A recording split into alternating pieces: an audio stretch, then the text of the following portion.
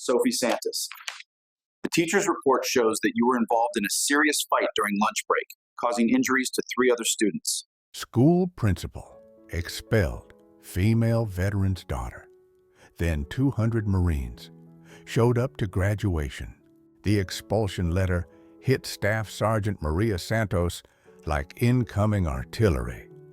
Zero tolerance for violence, Principal Hartwell had written in his precise bureaucratic script, dismissing the bruises on 12-year-old Sophie's knuckles that told a different story entirely. But the Marine Corps never abandons its own, especially the smallest warriors. Sophie Santos carried her grandfather's spine, her father's courage, and her mother's refusal to back down, all compressed into 62 pounds of righteous fury. When she positioned herself between Jessica Martinez and 3 predatory 8th graders, she wasn't starting a fight. She was ending one the way Marines do. What happened next would shatter every assumption about military families, prove that courage has no minimum age requirement, and demonstrate that when civilian systems fail, our warriors' children, 200 Marines in dress blues, can rewrite the rules of engagement. Jefferson Middle School, squatted like a bureaucratic fortress in suburban Virginia, where "Support Our Troops" bumper stickers masked institutional prejudice against military families. Principal Robert Hartwell's office displayed certificates for Discipline Excellence Code for zero-tolerance policies that punish the righteous alongside the wicked. Here in 2025, military children learned that civilian schools valued compliance over character, procedure over principle. The student hierarchy was merciless established civilian kids versus the rotating cast of military children who moved with their parents' orders. In this environment, Sophie Santos had drawn a line that would ignite a war between 2 incompatible value systems. The Santos family tree was rooted in military soil spanning 4 generations of Marines. Great-grandfather Eduardo had charged up Suribachi. Grandfather Carlos survived the Chosin Reservoir. Father Miguel earned the Bronze Star in Ramadi before an IED sent him home in a flag-draped coffin when Sophie was 8. Mother Maria commanded convoys through the Triangle of Death, earning Purple Hearts and nightmares in equal measure.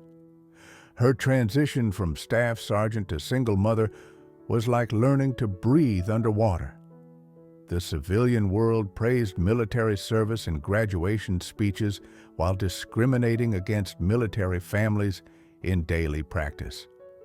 Her son, Diego Lance Corporal, at 29 Palms, carried the family tradition forward while Sophie and Maria faced the world alone. At 12, Sophie spoke fluent German and Spanish, maintained a 4.0 GPA, and possessed an internal compass that pointed unerringly toward justice. Her size, barely 5 feet, scarcely 90 pounds, masked a core of military steel inherited from 4 generations of Marines. When she witnessed Jessica Martinez cornered by 3 8th-grade predators in the school bathroom, Sophie didn't calculate odds or consider consequences. The bullies had been escalating their campaign against Jessica for weeks. Verbal harassment, sexual comments, physical intimidation. Jessica's father was deployed with the 82nd Airborne, making her a perfect target for cowards who preyed on military families. Sophie's intervention was swift and decisive. "Leave her alone," she commanded, stepping between Jessica and her tormentors. When they laughed and pushed her aside, Sophie pushed back harder. The fight lasted 90 seconds. When teachers arrived, they found 3 8th graders with bloody noses and 1 small girl with skinned knuckles standing protectively over her friend. Sophie's expulsion crystallized a fundamental clash between military values and civilian bureaucracy. Principal Hartwell embodied institutional bias disguised as educational policy, viewing military families as disruptive influences who brought violence into peaceful schools. His refusal to consider context, investigate the bullying, or acknowledge Sophie's protective instincts revealed systemic discrimination that affected every military family in his district. His office meeting with Maria had been a masterclass in bureaucratic cruelty, dismissing her Purple Heart and Bronze Star as irrelevant to educational standards. The expulsion was immediate and permanent. No appeals process, no consideration of circumstances, no recognition that Sophie had been protecting another child from sexual harassment. The stakes transcended one child's academic future to encompass broader questions of American justice. Did military sacrifice earn respect or suspicion? Would civilian institutions honor the children of those who defended them? The secure phone buzzed at 0900 hours Pacific, piercing through Diego's morning PT routine. Maria's voice cracked through the encrypted line like breaking glass. "Diego, they expelled Sophie.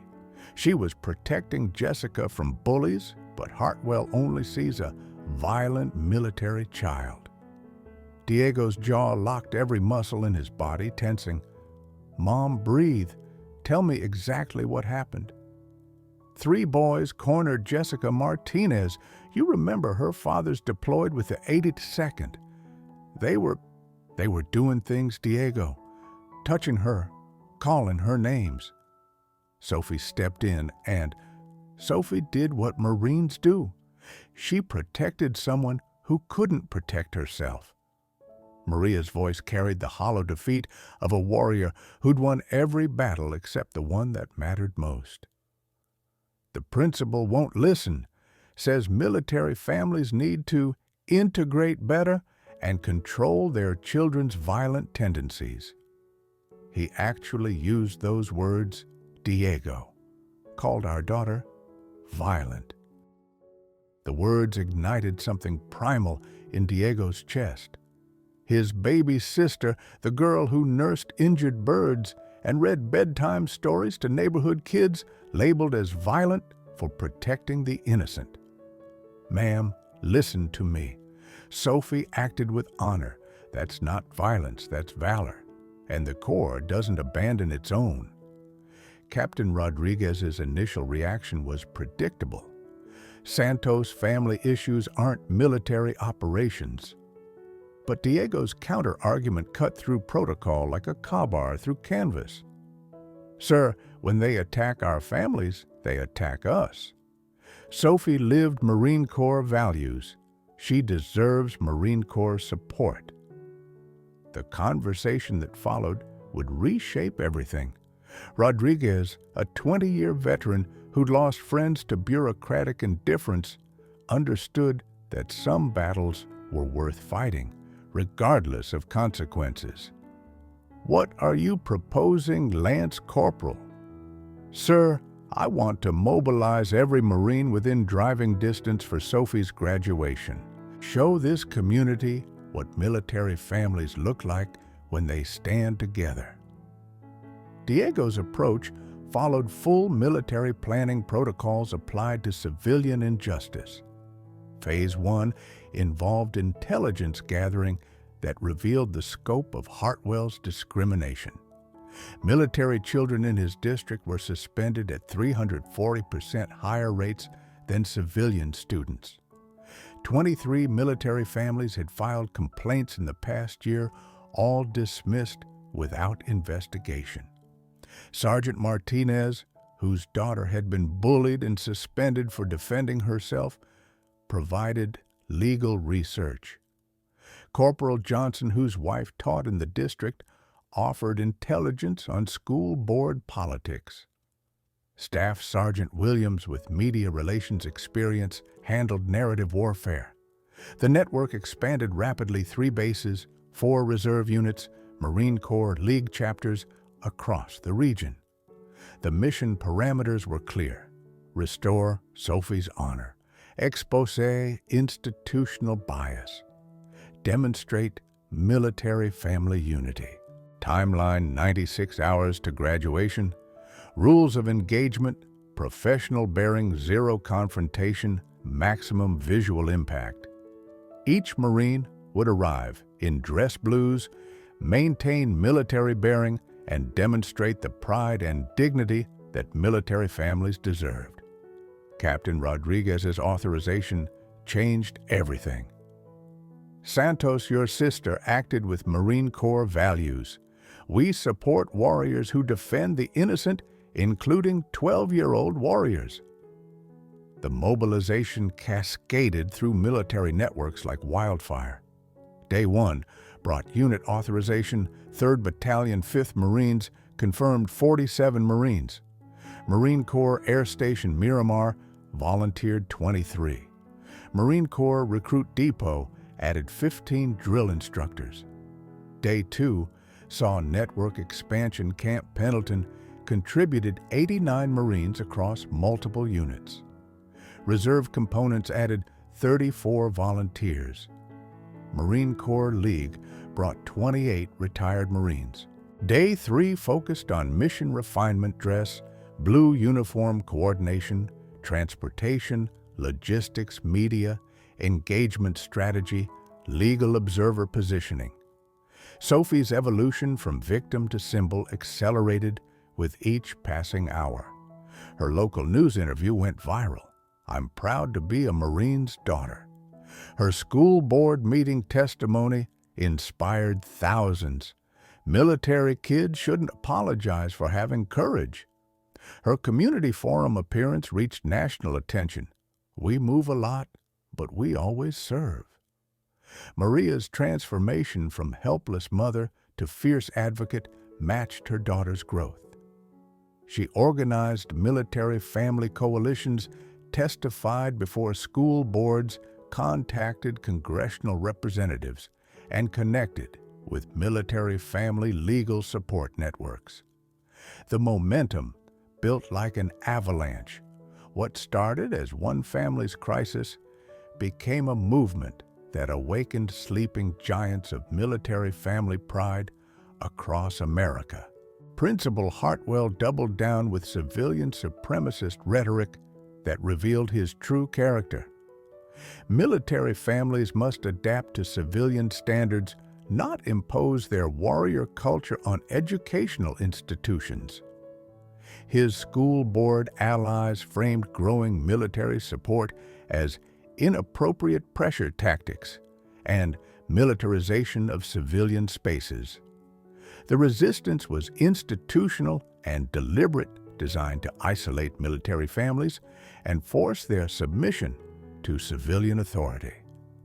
Sophie's internal battle intensified as national attention focused on her case. "Maybe I really am the problem," she whispered to her mother during sleepless nights. "Maybe military kids are too different." Maria's PTSD symptoms activated under stress hypervigilance, flashbacks to convoy ambushes, feeling surrounded by enemies in civilian clothing. The psychological warfare was taking its toll on both mother and daughter. Diego's tactical assessment was clinical, classic isolation strategy. Divide and conquer. Time to show them what unity looks like. National media attention brought both reinforcement and enemy fire. Conservative outlets championed Sophie's courage, while progressive media questioned military family exceptionalism. Social media exploded with competing narratives: justice for Sophie trending against narrow zero tolerance, military family rights battling just civilian authority. The polarization was immediate and intense. Sophie's evolution from victim to spokesperson accelerated under media pressure. She learned to articulate military family values to civilian audiences, explaining why protection of the innocent was a sacred duty rather than vigilante violence. Her composed responses to hostile questions demonstrated maturity beyond her years, inherited from generations of Marines who'd faced greater challenges with dignity intact. Diego's media training focused on message discipline. Stay on target, Sophie's character, not Hartwell's politics. We're not asking for special treatment. We're demanding fair treatment. Community polarization reached dangerous levels. Military families rallied behind Sophie, while civilian establishments circled wagons around institutional authority. Moderate voices were drowned in ideological warfare that treated a child's protection of her friend as a referendum on civilian-military relations in America. The stakes escalated when Sophie's permanent record faced destruction. College applications, scholarship, eligibility, military academy nominations, all jeopardized by administrative bias. The cruel irony was inescapable. 3 bullies received minor suspensions while their victim faced academic exile. The message was clear: military families were expendable in civilian institutions. Diego's career faced similar jeopardy. Challenging civilian authority could trigger military discipline, derail promotion prospects, and damage unit cohesion. His commanding officers were receiving pressure to control their Marines' political activities. The institutional pressure was designed to force compliance through fear of consequences. Maria's maternal guilt consumed her rational thinking. Maybe we should have stayed quiet. Maybe I brought this on her by being military. The self-blame was toxic, undermining her confidence and her daughter's faith in military values.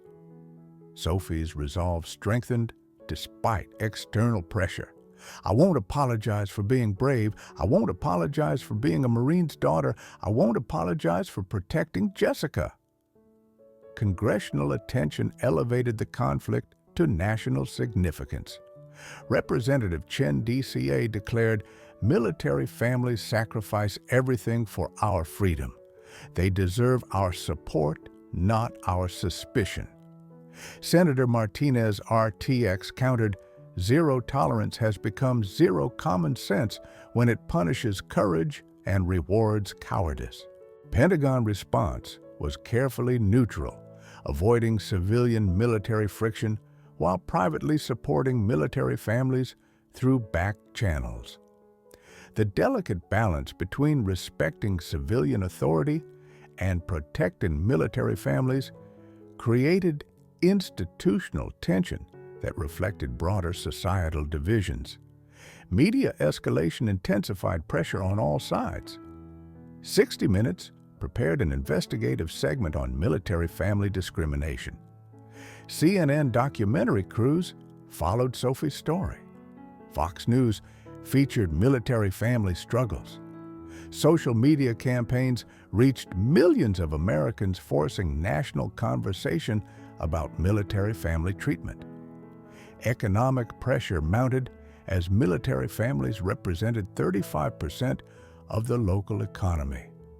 Organized boycotts threatened business relationships, while political pressure influenced school board elections. The community was fracturing along military-civilian lines, with each side claiming moral authority. Legal complications multiplied as competing organizations entered the battlefield. ACLU supported school authority and zero-tolerance policies. Military family legal foundations backed parental rights and anti-discrimination principles. The case was becoming a legal precedent that would affect military families nationwide. Sophie's transformation from victim to symbol accelerated under intense scrutiny. Her public speaking evolution was remarkable, from terrified silence to confident advocacy, learning to represent military families with dignity and purpose. "I'm not just fighting for myself," she declared at a military family rally. "I'm fighting for every military kid who faces discrimination for having courage. Diego's leadership development through crisis was equally impressive. His tactical thinking applied military strategy to civilian challenges. His emotional intelligence managed family stress unit dynamics and media relations. His moral clarity chose family honor over personal advancement. The decision matrix was simple: protect Sophie or protect career. The choice was never in doubt. Maria's healing journey channeled combat stress into advocacy, finding purpose beyond personal pain.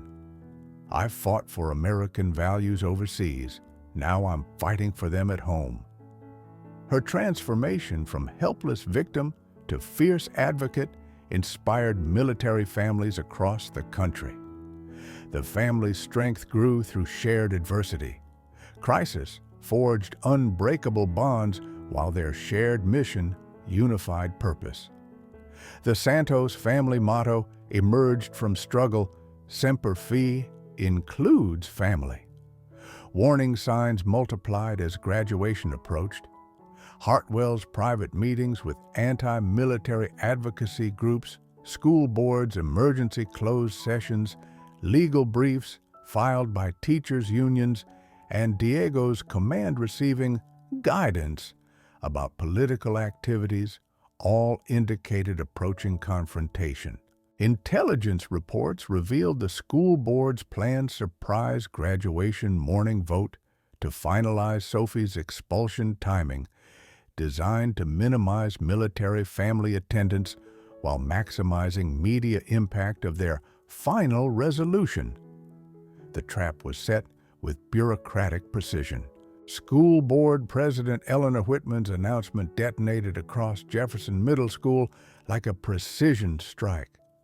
After thorough deliberation, the board unanimously upheld Sophie Santos's permanent expulsion. Military families cannot dictate policy to civilian educational institutions.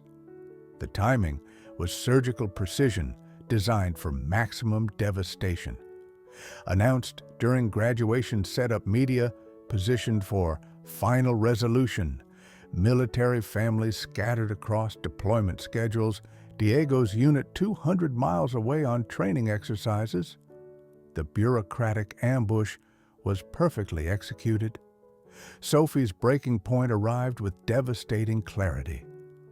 Mom, they're right. I don't belong anywhere. Military kids are just problems waiting to happen. Her voice carried the hollow defeat of a warrior who'd lost faith in the mission, the crushing weight of institutional rejection finally breaking her spirit.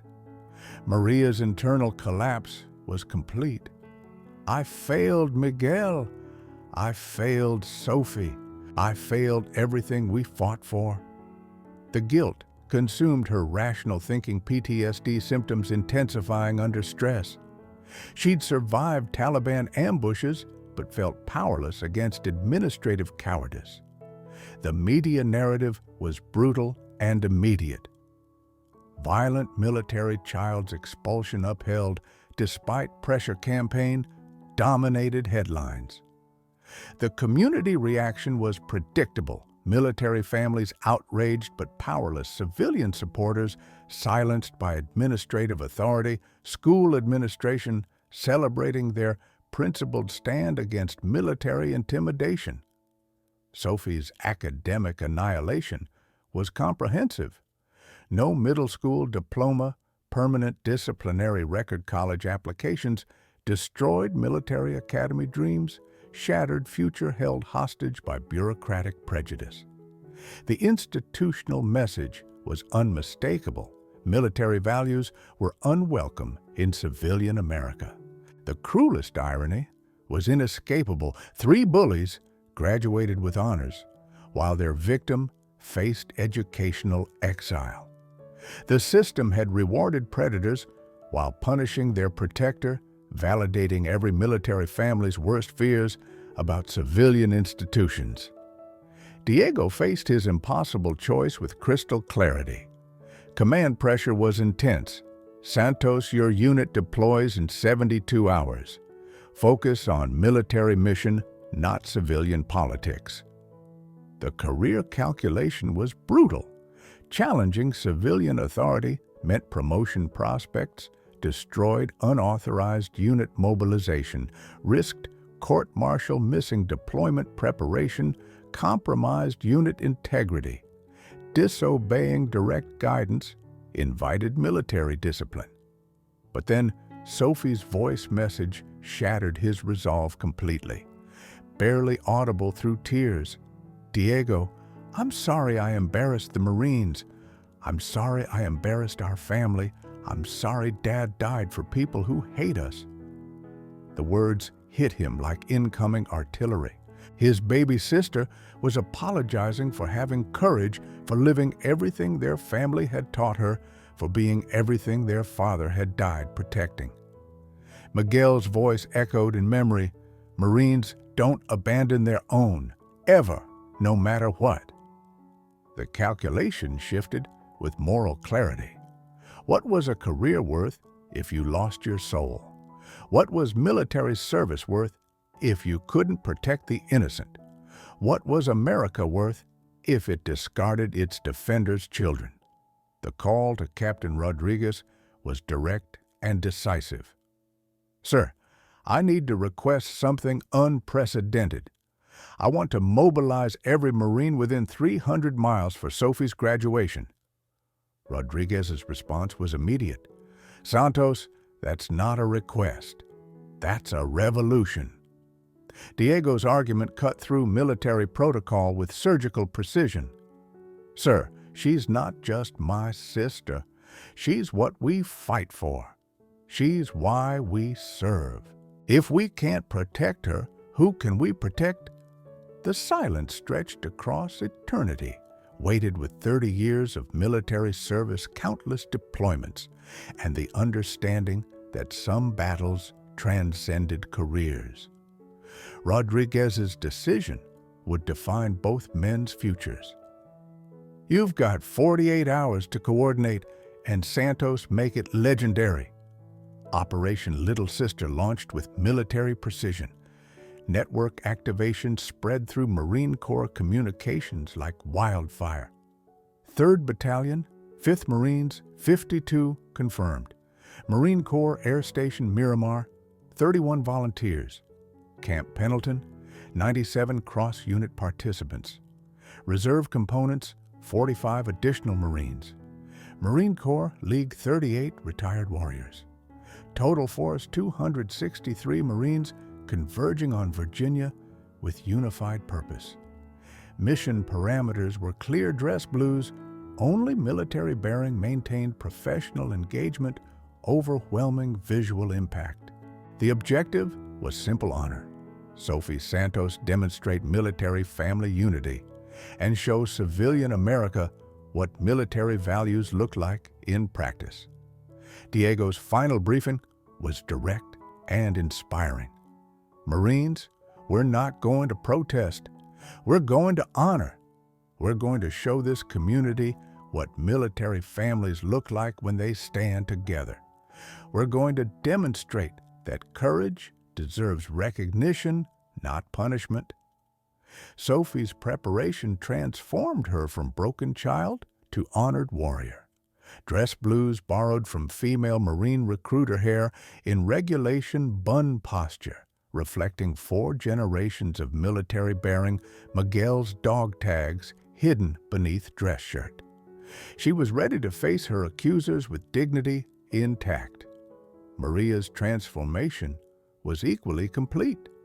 Dress blues from storage medals, polished Miguel's bronze star pinned to chest, ready to stand with her daughter against institutional prejudice. The helpless victim had become a proud Marine mother preparing for the most important battle of her life. The promise echoed through every Marine's consciousness. Semper Fi means always faithful, including to little sisters. The mobilization resembled a military exercise in precision and scale. Marines from across the eastern seaboard converged on Jefferson Middle School with clockwork coordination, their arrival timed to perfection. Captain Rodriguez's final briefing was delivered with 30 years of command authority. Marines, we're not here to wage war. We're here to demonstrate what honor looks like in dress blues.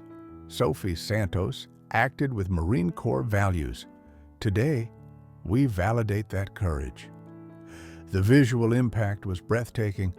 263 Marines in immaculate dress blues, their movements synchronized through shared training and mutual purpose. Strategic positioning throughout the venue created an unbreakable wall of military solidarity. Media engagement protocols were followed with precision. Legal observers positioned for documentation, contingency plans prepared for every scenario. Sophie's final preparation was meticulous. The dress blues fit perfectly thanks to Sergeant Major Williams' daughter, her hair styled in regulation, Marine Corps fashion, her posture reflecting 4 generations of military bearing. Miguel's dog tags pressed against her chest, hidden beneath the dress shirt, but carrying the weight of family legacy. Diego's tactical coordination was flawless. Unit commanders briefed on engagement rules, media positions, secured legal observers positioned throughout the venue. The operation ran with military precision, every detail planned and executed with professional competence. Maria's emotional preparation was equally thorough. She polished Miguel's Bronze Star for the final time, reviewed Sophie's academic achievements that had been dismissed by civilian administrators, and prepared to stand with her daughter against institutional prejudice. The panic, awe, anticipation, and fear mixing in equal measure among civilian observers was palpable. The sight that greeted Jefferson Middle School redefined breathtaking. A river of dress blues flowed across the parking lot, Marines moving with synchronized precision that spoke of shared purpose and unbreakable bonds.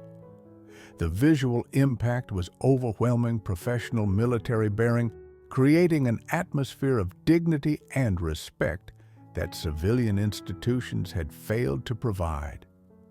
Principal Hartwell's panic was visible to everyone present. Desperate phone calls to district administration security tripled his face, pale with recognition that he'd lost control of the situation. Student and parent reactions were immediate and intense. Cell phones capturing every moment, whispered conversations in multiple languages, children pointing at the real soldiers, parents recognizing something historic unfolding before their eyes. Sophie's entrance, escorted by Diego and flanked by Maria, magnetized every eye in the venue. Cameras flashed like artillery fire as she walked with the bearing of the warrior she'd always been. Her small figure carried the weight of 4 generations of military service, her presence dignified despite months of institutional persecution. The Marines' positioning throughout the venue was strategic perfection. Every available seat filled with military precision warriors standing at attention along walls, creating an unbreakable wall of support that surrounded Sophie with overwhelming solidarity. Their bearing was professional, disciplined, and utterly overwhelming to civilian observers. Media coverage was unprecedented. Live television broadcasts on multiple networks, social media explosion with Semper Fi Sophie trending worldwide, international military community watching with rapt attention, history being documented in real time. The moment before confrontation was pregnant with possibility, absolute silence filling the venue as 2 incompatible value systems prepared to collide. Principal Hartwell's desperate attempt to maintain authority cracked under pressure from 263 pairs of Marine eyes. This is a school graduation, not a military demonstration. I demand all unauthorized personnel leave immediately. Diego's response was delivered with command authority that filled the venue. Rising slowly, his voice carrying across the space with unwavering confidence. Principal Hartwell, I'm Lance Corporal Diego Santos. These are my brothers and sisters in arms. We're here to honor my sister Sophie, who demonstrated Marine Corps values when she protected an innocent child from predators. His voice gained strength with each word. In the Marine Corps, we call that courage. In your school, you call it violence. Today, we're here to show you the difference. The Marines' response was a masterpiece of synchronized movement. 263 warriors, standing as one organism, their collective presence creating a wall of dress blues that surrounded Sophie with unbreakable military solidarity. The visual impact was seared into every witness's memory, demonstrating what military family unity looked like when fully mobilized. Sophie's moment of truth arrived with inherited courage. Finding her voice speaking with the strength of 4 generations of Marines, I'm not sorry for protecting Jessica. I'm not sorry for being a Marine's daughter. I'm proud that my father died protecting people like you, even when you don't deserve it. Her voice carried across the silent venue with remarkable authority. My family bleeds for this country. We serve it. We die for it. I'm honored to carry their name. Captain Rodriguez's intervention was timed with military precision. Approaching the podium with 30 years of command presence, his voice carrying the weight of institutional authority. Principal Hartwell, I have something to present to Miss Santos on behalf of the United States Marine Corps and the American people. The certificate he produced was official, formal, and devastating to the school's narrative. Sophie Santos, by unanimous recommendation of the Marine Corps League and order of the Commanding General, you are hereby recognized as an honorary Marine for your demonstration of Marine Corps values, honor, courage, and commitment. His presentation speech resonated throughout the venue. You stood up for someone who couldn't defend herself. You faced institutional prejudice with dignity. You represented everything we fight for. Ma'am semper fi means always faithful, including to little sisters. The Marines' salute was a moment of pure military precision. 263 warriors saluting a 12-year-old girl simultaneously, their synchronized movement creating an image that burned itself into every witness's memory and went viral within minutes. The demonstration of respect and solidarity was overwhelming in its emotional impact. Community response shifted dramatically from resistance to recognition. Parents began understanding military family sacrifice. Students filmed with phones while faces showed genuine awe. Teachers wiped away tears. Even critics were moved by the display of honor and dignity. The transformation was visible, immediate, and complete. School Board President Whitman's capitulation was delivered with voice shaking from recognition of total defeat in light of extraordinary circumstances and new understanding of Miss Santos' character. The board will immediately reconsider her case. Diego's final address to the entire community was delivered with authority earned through sacrifice. We don't ask for special treatment. We ask for the same respect you'd show any family that's bled for this country. Sophie Santos protected an innocent child from predators. She acted with courage that civilian institutions failed to recognize. Today, we honor that courage. The breakthrough was complete and immediate. The school board's emergency reversal of Sophie's expulsion was unanimous and unconditional. Full academic reinstatement with Honors Principal Hartwell placed on administrative leave pending investigation. District-wide anti-bullying program implemented military family liaison position created to prevent future discrimination. Sophie's graduation was rescheduled as a special ceremony with all 263 Marines in attendance. The standing ovation from the entire community, national media coverage, and recognition of her courage transformed institutional failure into community healing. Federal investigation into military family discrimination began immediately. Congressional hearings were scheduled, Department of Education policy review launched, and national military family support legislation introduced. The personal victory was comprehensive. Sophie's academic record was cleared completely. College opportunities, restored military academy recommendations, secured, and family honor vindicated. The Santos family had won more than individual justice. They'd changed the conversation about military family treatment in civilian institutions throughout America. The Santos Protocol transformed military family treatment across Virginia's school system with immediate and lasting effect. Policy changes reformed zero tolerance to include context, consideration, cultural competency training became mandatory for all staff. Military family liaisons were established in every district, and legal precedent was set for discrimination lawsuits. The immediate consequences rippled through 23 states that adopted similar protocols. Federal legislation protecting military families was passed. Department of Defense partnerships with Department of Education were established, and a Military Family Bill of Rights was enacted. Sophie's personal victory was complete and inspiring. Full academic reinstatement with Honors Naval Academy nomination, secured National Youth Courage Award received, and military family spokesperson role embraced.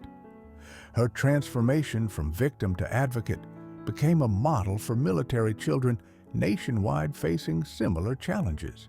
The Santos legacy became a blueprint for military family advocacy that influenced educational reform across America. 47 states implemented military family protection policies. Teacher training programs included military culture education, zero-tolerance policies were reformed nationwide, and military child support services were standardized. The cultural transformation was equally significant. Military families were welcomed as community assets rather than burdens. The civilian-military gap was reduced through understanding military values were recognized as American values, and community integration programs were established. Specific case studies demonstrated the protocol's effectiveness. Fort Bragg, North Carolina, saw military family graduation rates increase 34%. San Diego, California, reported bullying incidents involving military children down 67%. Colorado Springs, Colorado experienced military family satisfaction with schools up 89%. The results were measurable, consistent, and transformative. Diego's career flourished through crisis leadership. Promoted to Staff Sergeant, he developed military family advocacy as a specialty, testified before Congress on military family rights, and achieved leadership development through crisis management. His example inspired other military personnel to advocate for their families while maintaining professional excellence. Maria's transformation from helpless victim to national advocate was equally remarkable. She founded the Military Family Justice Foundation, testified before Congress on military family discrimination, published a memoir titled Fighting for Our Children, and became a national spokesperson for military family rights. Her journey from combat veteran to family advocate demonstrated the power of channeling military skills into civilian advocacy. Sophie's personal development was extraordinary. She developed public speaking skills that rivaled professional advocates, became a military youth ambassador, representing thousands of military children, maintained her 4.0 GPA through high school, despite national attention, and was accepted to the Naval Academy with a full scholarship. Her character development taught her to channel courage into leadership, develop emotional intelligence beyond her years, maintain humility, despite national recognition, and commit to serving others through military service. The family bonds, strengthened through shared adversity, created unbreakable unity. They were united by common mission, proud of individual growth, and committed to continued service. The Santos family story proved that courage transcends age, that military families deserve recognition for their service and sacrifice, and that communities grow stronger when they embrace rather than exclude those who serve. Sophie's courage wasn't just about protecting one friend, it was about protecting the principle that doing what's right matters more than fitting in. Her family's response proved that military values honor courage, commitment are American values worth fighting for. The story demonstrated how individual courage can catalyze institutional change while showing that the greatest victories are won not through force, but through the demonstration of character dignity and the unwavering support of those who understand the true meaning of service.